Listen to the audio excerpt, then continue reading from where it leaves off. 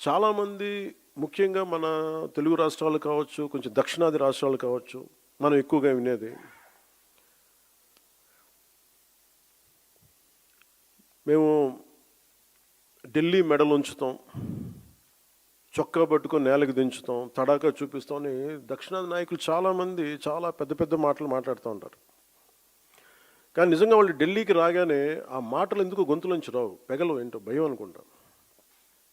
అంటే ఎందుకు రాదు అంటే ఆ మాటలు వ్యక్తుల్ని చూసి వీటన్నిటికంటే కూడా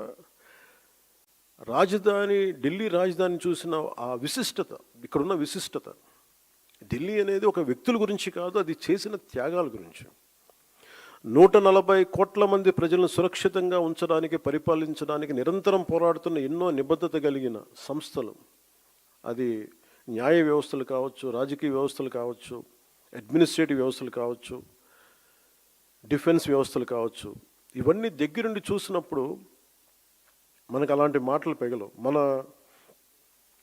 తమ ప్రాంతాల్లో, మన రాష్ట్రాల్లో ఉండి పెద్ద పెద్ద మాట్లాడే నాయకులందరూ కూడా ఇక్కడికి వచ్చినప్పుడు ఢిల్లీ తాలూకు ఈ గాఢతను చూసిన తర్వాత ఈ దేశం యొక్క సమగ్రతని అర్థం చేసుకుంటారు. మీరు ఇండియా గేట్కి వెళ్తే ఈ దేశాన్ని ఏకతాటిపై ఉంచడానికి సైనికులు చేసిన త్యాగాలు మనకు అర్థమవుతాయి. ఒక సెంట్రల్ హాల్కి వెళ్తే 370కి పైగా న్యాయ నిపుణులు, అంబేద్కర్ గారు రాజ్యాంగ సారథిగా, చాలామంది ప్రముఖులు, నాయకులు కలిసి 2 సంవత్సరాల 11 నెలల 17 రోజుల పాటు రాజ్యాంగ చర్చలను ఎలా జరిపారో మనకి అర్థమవుతుంది. విభజన సమయంలో దాదాపు 2 కోట్ల మంది ప్రజలు నిర్వాసితులయ్యారు. 18 నుండి 20 లక్షల మంది ప్రజలు ప్రాణాలు కోల్పోయారు. మనం ఢిల్లీని తాకినప్పుడల్లా మనకి ఈ విషయాలని మనసులోకి, స్ఫురణలోకి వస్తాయి.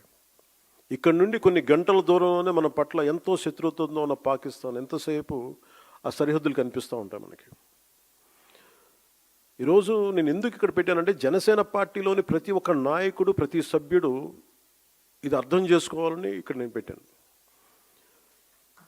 అంటే ప్రాంతీయతని విస్మరించని జాతీయవాదాన్ని అర్థం చేసుకోవాలంటే ఎక్కడో మనం కూర్చొని హైదరాబాదు, మంగళగిరి, ఢిల్లీ, ఆంధ్ర, తెలంగాణలో కాకుండా ఢిల్లీ రాజధాని కేంద్రంగా చేసుకొని మాట్లాడితే దాని గాఢత అందరికీ అర్థమవుద్ది, మన బాధ్యత కూడా తెలుస్తుందని ఈ సమావేశం తాలూకు ముఖ్య ఉద్దేశం.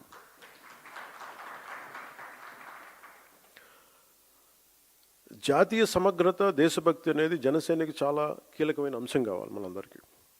భిన్నమైన విభజన ధోరణులు మనం ఎందుకు దూరంగా ఉండాలి అంటే, ఈ దేశం ఈరోజు ఈ స్థితిలో ఉండటానికి వెనక ఎంతటి త్యాగాలు ఉన్నాయో మనం అర్థం చేసుకున్నప్పుడు దీన్ని ఎలా గౌరవించాలి, ఎంత బాధ్యతగా ప్రవర్తించాలో మనకి తెలుస్తుంది. మనకున్న లిమిటెడ్ పరిమితులు కావచ్చు, స్వీయ పరిమితుల్లో మన సొంత సామర్థ్యాలతోటి జనసేన పార్టీ ద్వారా దేశ స్ఫూర్తిని ముందుకు తీసుకెళ్ళటం ఈరోజు ఈ సమావేశం యొక్క ముఖ్య ఉద్దేశం. మీరు వీటన్నిటిని అర్థం చేసుకొని తిరిగి వెళ్ళినప్పుడు వీటన్నిటి వెనక ఉన్న లోతైన భావాన్ని, దీని గాఢతని, దీని తీవ్రతని మీరు అర్థం చేసుకుంటారు. అంటే ఒకసారి ఏమైపోతుందంటే, మనకి తెలుగులో చెప్తున్నట్టు మనకి కూపస్థ మండూకాలు అంటారు, బావిలో కప్పల్లాగా. మన నేల మీదే కూర్చొని మాట్లాడి, మన పరిమితులతో ఉండే, అంటే మన గీసుకున్న గీతల మధ్య మాట్లాడితే దేశం తాలూకు సారూప్యత కానీ, దేశం తాలూకు విశిష్టత కానీ మనకు అర్థం కాదు. అందుకని మన స్వంత సరిహద్దులకి, మనం గీసుకున్న సరిహద్దులకి పరిమితం కాకుండా విశాల ప్రపంచాన్ని చూడటానికి ఈ రోజున ఢిల్లీ రాజధాని మనకు ఒక పెద్ద వేదికని ఇచ్చింది.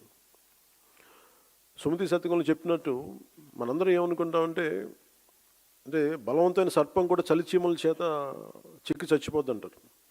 మనందరం ఏమనుకుంటాం, మనకు స్థాయి లేదులే, మనందరం చిన్న మనుషులే పెద్దలు అనుకుంటాం, ప్రతి ఒక్కరు ఈజీగా మాట్లాడేయచ్చు అనుకుంటా. కానీ ఇలాంటి ప్రతి వ్యక్తి, ఈ మధ్య మీరు చూస్తూ ఉన్నారు కొంచెం కాక్రోచెస్ అనే ఇది కూడా, అని నాకు సుమతి శతకం గుర్తొచ్చింది. అంటే చాలా చిన్నగా కనిపించే క్రిమి కీటకాలు కూడా, చిన్న చీమలు కూడా ఒక బలవంతమైన సర్పాన్ని చంపేస్తాయి అన్నట్టుగా చిన్న చిన్న ఆలోచనలు ఇండివిజువల్ వ్యక్తులు వీళ్ళందరూ కూర్చొని మనకి సరైన దేశం తాలూకు గాఢతని కానీ, తీవ్రతని కానీ, దీని తాలూకు లోతుని అర్థం చేసుకోకపోతే చాలా డివిజివ్నెస్ యాటిట్యూడ్తో మాట్లాడి దేశం తాలూకు సమగ్రతని బలి చేసేయడానికి ఎప్పుడు శక్తులు సిద్ధంగా ఉంటాయి. అలాంటి అలాంటి ఆలోచన ప్రవాహంలో మనం చిక్కుకోకూడదు అన్న భావన తెలియజెప్పడానికి ఈ ఢిల్లీని వేదికగా పెట్టాం. అయితే చాలా కోట్ల మంది చిన్న చిన్న ఆలోచనల వ్యక్తులు కూడా కలిస్తే అది మంచి కావచ్చు, చెడు కావచ్చు, చాలా బలమైన ప్రభావాన్ని సృష్టించగలరు. అందుకని ఈ విభజనవాదాన్ని సృష్టిస్తున్నారు, లేదంటే ఇలాంటి పరిస్థితుల్లో మనం దాంట్లో భాగస్వామ్యం కాకూడదు, దాంట్లో మనం ఎంత ఎదురెడ్డి పోరాడాలని చెప్పడానికి దీని తాలూకు ముఖ్యాంశం. సో మిమ్మల్ని అందరినీ ఇక్కడికి ఆహ్వానించడంలో నా ముఖ్య ఉద్దేశం ఒకటి, ఒక బాధ్యత గల రాజకీయ పార్టీగా ఈ ఆశయాన్ని మరింత స్వాతంత్ర్య స్ఫూర్తిని ముందుకు తీసుకెళ్ళటం, మన ఫౌండేషన్ ఫాదర్స్ని గౌరవించడం ఈరోజు ఈ సమావేశం యొక్క ముఖ్య ఉద్దేశం. సో దీంట్లో సర్టన్ పాయింట్స్ అనుకున్నాం. అంటే నేషన్ ఫస్ట్, అంటే కాన్సెప్ట్స్ వైజ్ మనం మాట్లాడుకోవాల్సిన స్ట్రెంథనింగ్ నేషనల్ యూనిటీ, అంటే నేషన్ ఫస్ట్ కింద strengthening national unity, security, internal security and democratic values ఒకటి. Vikasit Bharat, from aspiration to achievement, under 12 years of transformative leadership under Prime Minister Narendra Modi ji. Alage 2 years of renewal, reconstruction, inclusive development in Andhra Pradesh, from crisis to confidence. A journey to sacrifice, Janasena, 12 years prasthanam, a journey of sacrifice, service and people's trust. Alage Bhavishyattu సరికొత్త తరం, అందరూ మాట్లాడుతున్న catch phrase Gen Z అనేది, భవిష్యత్తుకి జనసేన తరపు నుంచి ఎలాంటి దిశానిర్దేశం చేయాలి వీటన్నిటిలో. సో ముందు వెళ్ళబోయే ముందు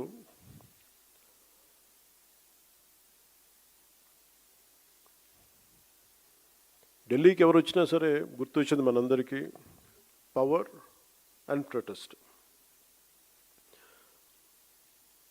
పవర్ సెంటర్ ఇది. సదరు పార్టీలు ఎంపీలు కావచ్చు, నాయకులు కావచ్చు, అడ్మినిస్ట్రేటివ్ పవర్ సెంటర్స్ కావచ్చు, it's a seat of position of power, seat of power. దీనికి సంబంధించి వస్తారు. ముఖ్యంగా మన ఎంపీలకు కానీ జనసేన నాయకులకి అందరికీ కూడా, don't make Delhi, capital Delhi, as a networking place. ప్రతి దక్షిణ భారతదేశం నుంచి వచ్చిన అందరం చెప్పలేను కానీ చాలా వరకు నేను విన్నది, నాట్ ఆల్, స్పెసిఫిక్గా చెప్తున్నాను, మన పార్టీ నుంచి ఉన్న ఎంపీలు ఎవరు కూడా మీరు దేశ ప్రాధాన్యతని ముందుకు తీసుకెళ్ళాలి. You are not just representing Andhra Pradesh, you are representing entire Bharat. You have a responsibility. ఎందుకంటే ఒకసారి one single MP can make a huge difference. అలాంటిది మన రాజ్యసభకి వెళ్ళే ఎంపీ కావచ్చు, లేదంటే ఆల్రెడీ ఉన్న మన లోక్సభ ఎంపీలు కావచ్చు, you have a greater role to play in nation building.